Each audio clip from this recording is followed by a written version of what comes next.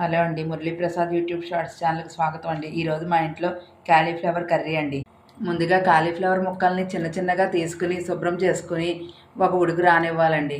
ముక్కలు ఉడికేటప్పుడు కొంచెం ఉప్పు వేసుకోవాలి, కొద్దిగా పసుపు వేసుకోవాలండి. ఉల్లిపాయలు, పచ్చిమిర్చి, టమాటా, కరివేపాకు, కొత్తిమీర కట్ చేసి పక్కన పెట్టుకో.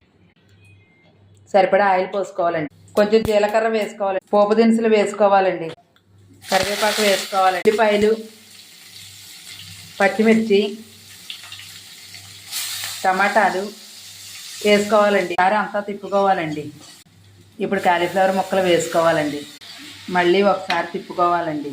పెట్టేటప్పుడు వేసుకున్నాం కదండి, చూసుకుని ఉప్పు వేసుకోవాలి, కొద్దిగా కారం వేసుకోవాలండి, చెక్క పొడి, గరం మసాలా పొడి వేసుకోవాలండి ఒక్కొక్క స్పూను.